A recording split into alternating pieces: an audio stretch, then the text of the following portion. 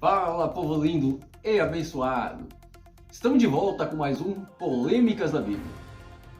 Hoje estaremos falando a respeito da Igreja Adventista do Sétimo Dia. Eu quero deixar bem claro que a minha intenção não é atacar nenhuma denominação e muito menos os seus membros. Mesmo porque essas denominações são formadas por várias pessoas sérias e tementes a Deus.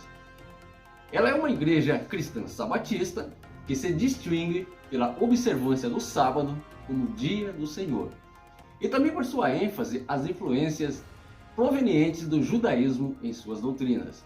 Essa igreja surgiu após o grande desapontamento de 22 de outubro de 1844. Mas pastor, o que foi esse grande desapontamento? Foi um movimento feito por religiosos cristãos norte-americanos, baseado em algumas profecias de que Jesus voltaria em 22 de outubro de 1844. Isso foi desencadeado pelo movimento Millerita nos Estados Unidos.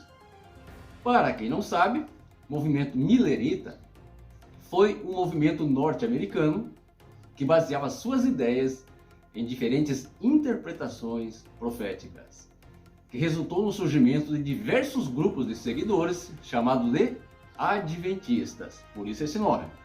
Entre seus vários pioneiros, destaca-se Ellen G. White, cujos escritos são tidos pelos Adventistas como inspirados por Deus. A igreja também é conhecida por sua ênfase à alimentação salutar e nas mensagens de saúde, por sua compreensão indivisível entre corpo, mente e alma. Mas, apesar de tudo isso, ela é considerada pelos estudiosos da Bíblia uma seita. Essa igreja foi fundada tendo por base 10 heresias. A princípio eu vou citar essas 10 heresias. Depois vou mostrar na Bíblia por que são consideradas heresias. Talvez você que é adventista não saiba disso, que os principais fundamentos de Ellen G. White tratam-se de heresias. Mas a Bíblia fala em João 8,32: reconhecereis a verdade, e a verdade vos libertará. Acompanhe comigo as 10 heresias. Primeiro, você só pode ser salvo se guardar o sábado. Segunda, quando falam do sono da alma, segundo eles a alma morre junto com o corpo. Terceira, quando falam que a expiação de Cristo foi incompleta, ou seja, que sua morte na cruz não foi suficiente para nos salvar. Quarta, quando falam da purificação do santuário. Quinta, quando fizeram previsões sobre a volta de Jesus e todas falharam. Sexta, quando afirmam que são a única e remanescente igreja de Cristo na Terra. Sétima, quando afirmam que só Ellen G. White possui o espírito da profecia. Oitava, quando afirmam que nossos pecados foram transferidos para o bode emissário. Nona, quando dizem que os pastores que pregam sobre o inferno são usados pelo diabo. Décima, quando dizem que Jesus é o arcanjo Miguel. Quer saber o que a Bíblia diz sobre cada uma dessas heresias? Então fique conosco até o final, porque o Polêmicas da Bíblia está começando agora.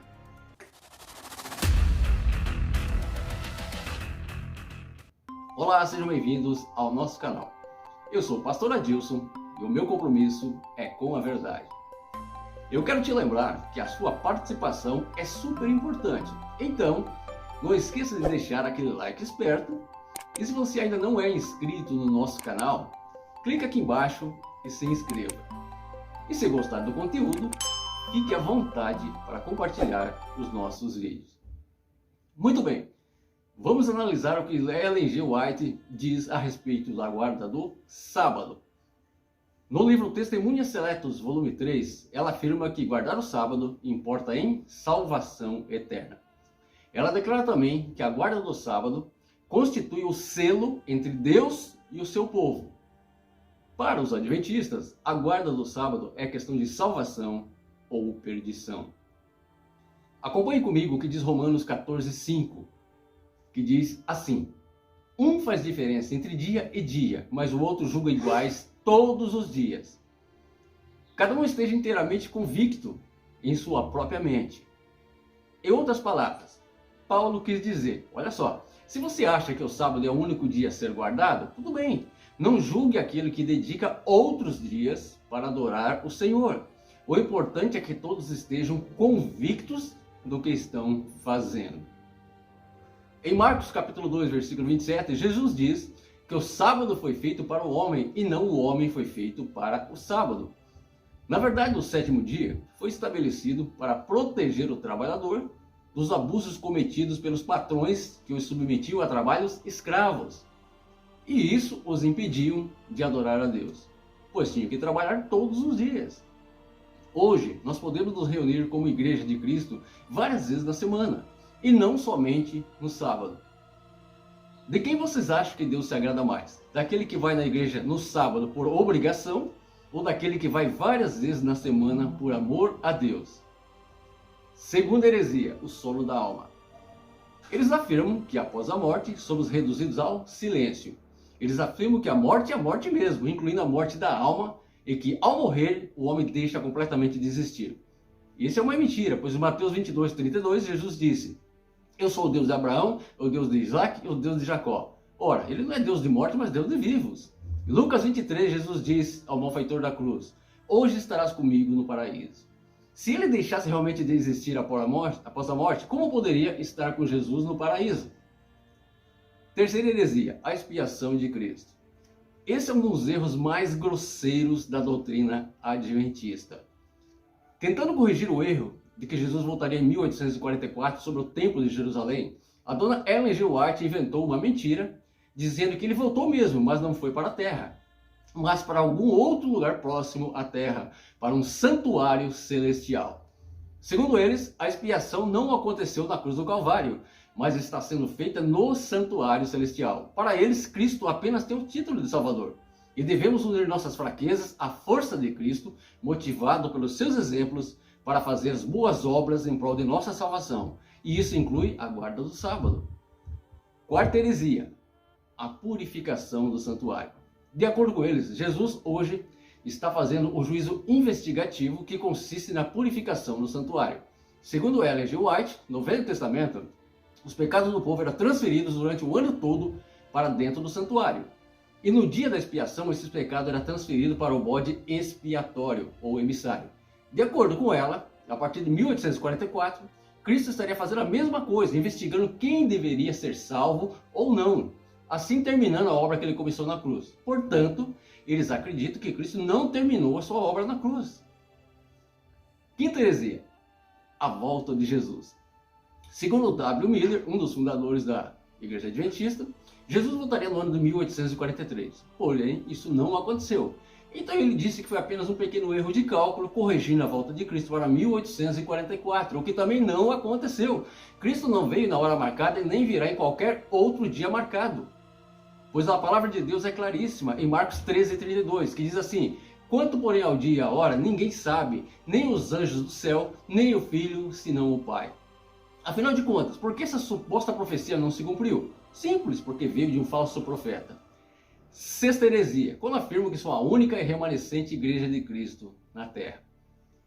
A Bíblia Sagrada nos ensina que a igreja de Cristo não é formada pela denominação A ou B, mas pelo povo do Senhor que estão arrolados no céu.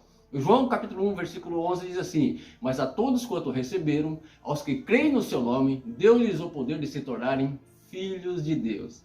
A compreensão é muito simples. Quando você aceita Jesus como seu Salvador, você se torna filho de Deus.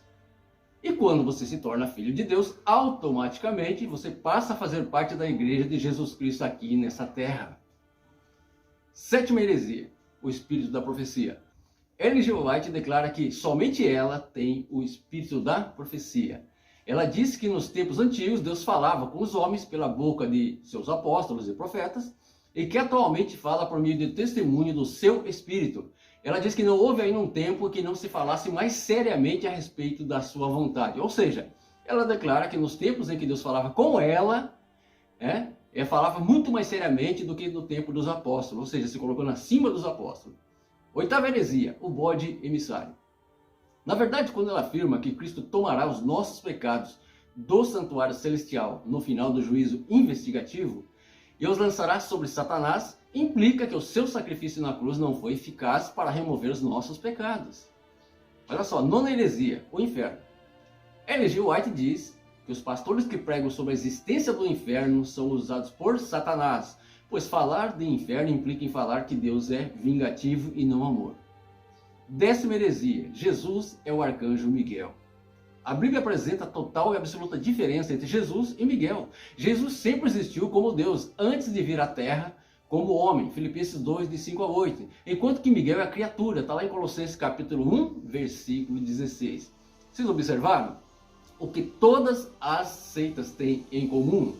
Todas dizem que elas são únicas e exclusivas e escolhidas por Deus, que podem nos salvar, que o seu batismo é o único e verdadeiro, que somente os seus profetas são os verdadeiros. Ou seja, coisas que estão em desacordo com a Bíblia Sagrada. Amém, queridos? E nós vamos ficando por aqui, agradecendo a sua participação. Não esqueça de deixar aquele joinha esperto, escrever os seus comentários e, se gostar do vídeo, compartilhar, porque isso é super importante para o crescimento do nosso canal. Amém? Deus abençoe grandemente a sua vida, abençoe a sua família e até a próxima, se Deus quiser. Tchau, tchau.